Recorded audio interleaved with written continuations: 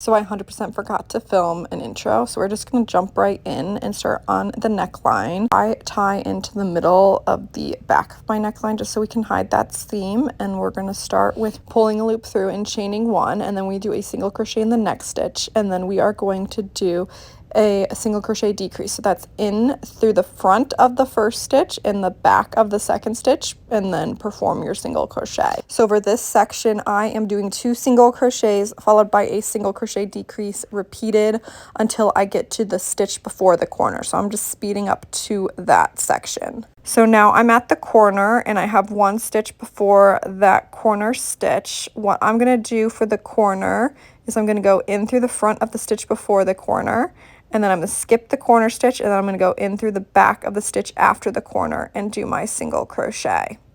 It's going to be a little bit more of a decrease than what we've been doing, but that's what we're handling the corner with. And then I'm just going to go back to my same pattern. So 2 single crochets followed by a single crochet decrease. So I'm just going to speed through here. Again, single crochet, single crochet, single crochet decrease repeated. And I will meet you at the corner one more time. So I just did a decrease, so now I'm just going to do a single crochet to get us to that corner. And again, when we get to the corner, we're going to go in through the front, skip the corner, and then in through the back of the next stitch, and then pull through and do your single crochet. And then just return back to the pattern we've been doing. So 2 single crochets followed by a single crochet decrease. And you're going to repeat this around and handle the next 2 corners the same exact way. If you need the timestamp for that, here it is. I'm also going to use the time right now to note that if you need more or less of a decrease, depending on the size you made your neckline, just increase or decrease the number of decreases. We're going to go to the join. So I have 1 more decrease, so that's what you see me doing here. And then just like all of our joins, we're going to insert into that initial chain 1 space and then do a slip stitch to join. Again, depending on your neckline, you may need to decrease more or less. Just change the number of total decreases. So do 3 single crochets followed by a decrease, or just go every other if you need more. But let's try it on and see what it looks like. See what it looks like on.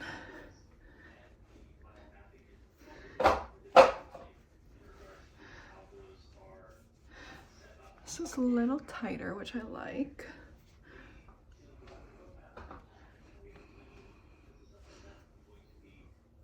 So depending on you, if you want to decrease more, you can do every other with the decrease instead of 2 decrease, 2 decrease. But you can play around with it to figure out, to get that neckline a size that you want. But I think I'm okay with it as is. So let's get into the ribbing. Okay, so for the ribbing, you can make your ribbing as tall as you'd like. I am going to chain 1, 2, 3, and then chain my extra +1 for the ribbing. So for the ribbing, you're going to chain the height you want +1. So for me, that was 3 + 1.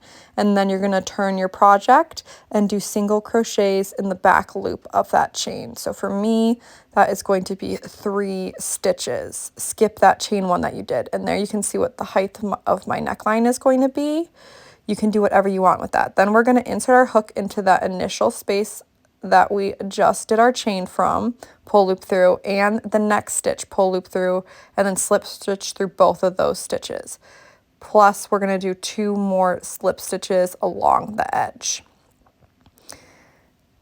So just showing you what that looks like. So you have 3 total slip stitches, and then we're going to turn our project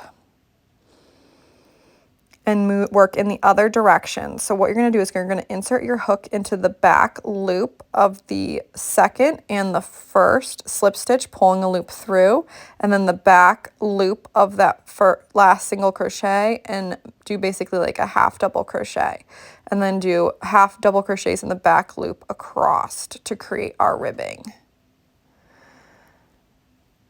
And then we're going to turn our project and go back to doing our back loop single crochets like we did when we started. So that is going to be 3 back loop single crochets for me. Then you're going to insert your hook into the same stitch that you did your last slip stitch in, pull loop through, insert into the next stitch, pull loop through, and then slip stitch through both loops on your hook. and then slip stitch in the next 2 loops as well. So you'll have a total of 3 slip stitches, and then repeat. So into the back loop of the second and first slip stitch, we're going to pull loops through, and then pull loop through the first single crochet, and then do your half double crochets in the back loop across. And then we're going to turn our project and just keep repeating. So we're going to repeat this pattern across. If you need the timestamp for the start, here it is, but we're going to meet at the join. I'm going to do one more reverse, so that's pulling through the slip stitches and the last single crochet, and then doing my half double crochets here. And then I'm flipping my project, struggling to pull through my string here. And then we're going to do back loop single crochets back towards the initial neckline. So I'm doing 3 because that's the height of my ribbing.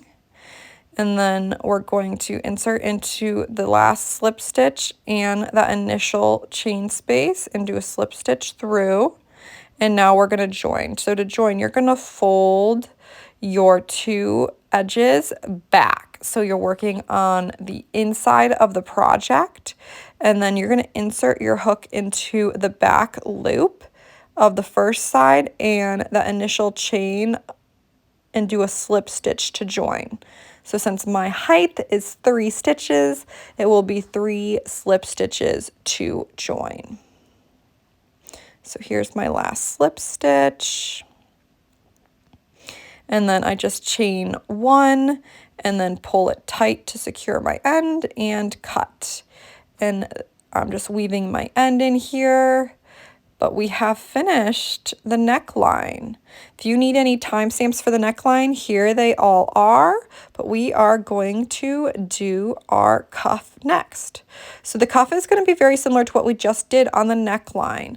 You tie in wherever you want. We're going to chain 1 and then decrease however you need for this stitch. For me, I am going to do 1 single crochet followed by a single crochet decrease. So single crochet, single crochet, decrease. If you need more or less of a decrease, just change the number of decreases around. So I'm just going to meet you at the join.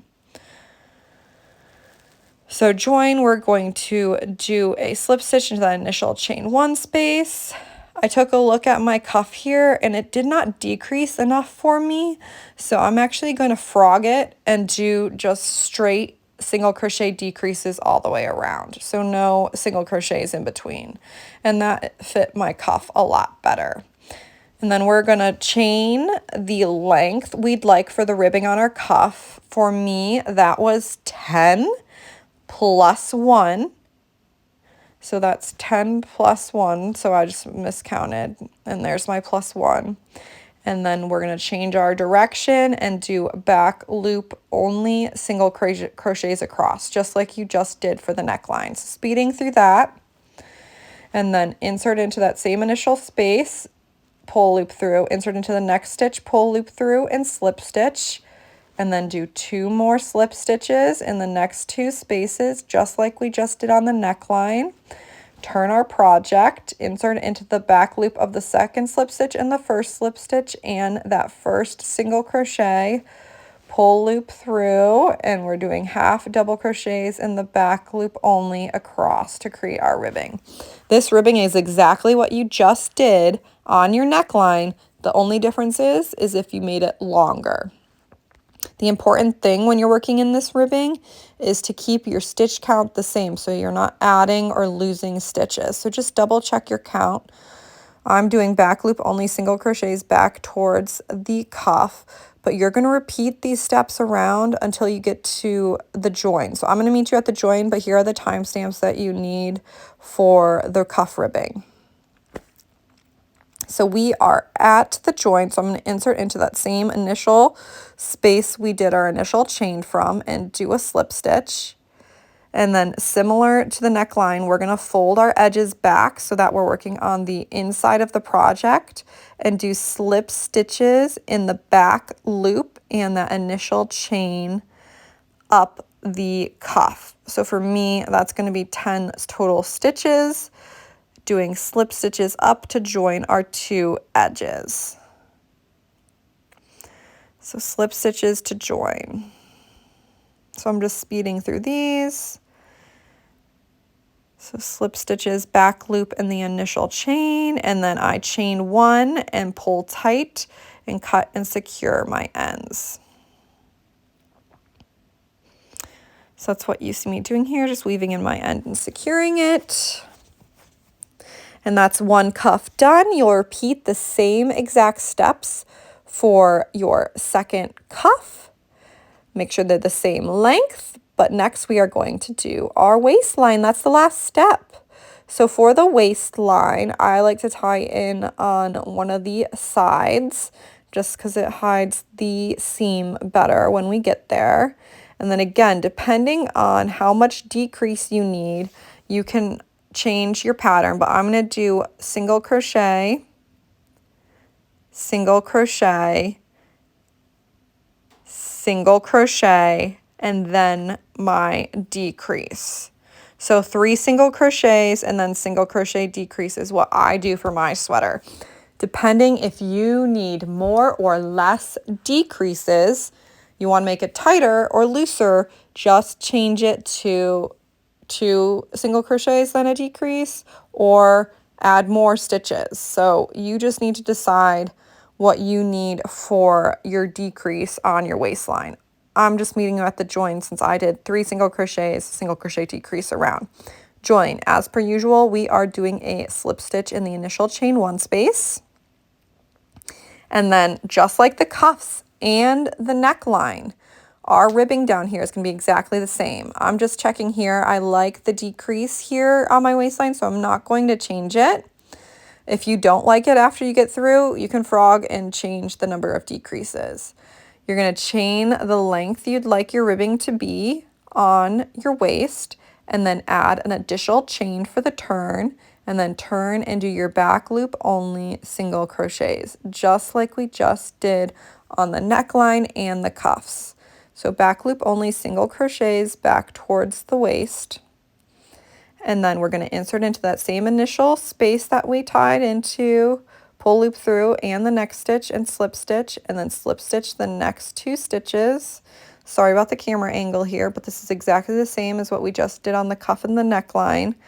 Then you're going to pull through back loops on the back loop, and then do your half double crochet in the back loops across.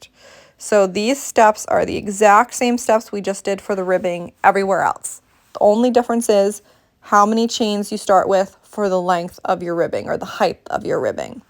So I'm just going to speed through these because it's exactly the same steps. You're going to alternate between single crochets and half double crochets in the back loop, and then use the slip stitch method along the edge before you turn your project. If you need timestamps for that, when I slow it down for the neckline or the cuff, because I do it a little slower there, here they are. If you have any questions about this, please let me know. Drop them in the comments. I can send you a video. If you need it even more slowed down, I am here to help. But you're going to repeat this ribbing around and join just like we did for the cuffs and the neckline. Here's the timestamp for that so you can see it again, because I'm not going to show it to you again. But let's try it on. We are finished. Here is what it looks like on me with all the ribbing done. So we have the neck, the sleeves, and the waistline, which I do have a good bit of stretch on it. So if I wanted to take it tighter, I could. But here is the finished Scrappy Sweater. So the plan is that I will keep all of these videos up till probably end of March. So if you still need more time to finish your Scrappy Sweater, you have time to do so.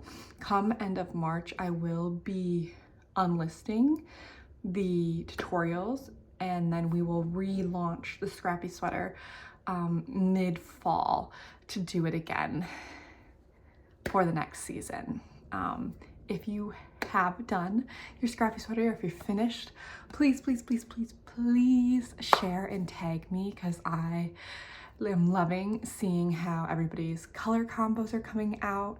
I'm a little jealous that people went a little bit more color coordinated and I just went full on scrappy mode, but I enjoyed my sweater just as much to embrace the scrappiness. But as per usual, any questions, drop them below. All the timestamps for the ribbing are below, and I am probably gonna do some kind of scrappy project this summer. I'm still thinking on it to see what I'd like to do. If you have any suggestions, feel free to drop them below, but I really love using up my scrap yarn, and I know everybody needs to find a way to do that. So yes, thank you as always for following along on my first crochet along. I feel like it was very successful and I can't wait to do many more in the future.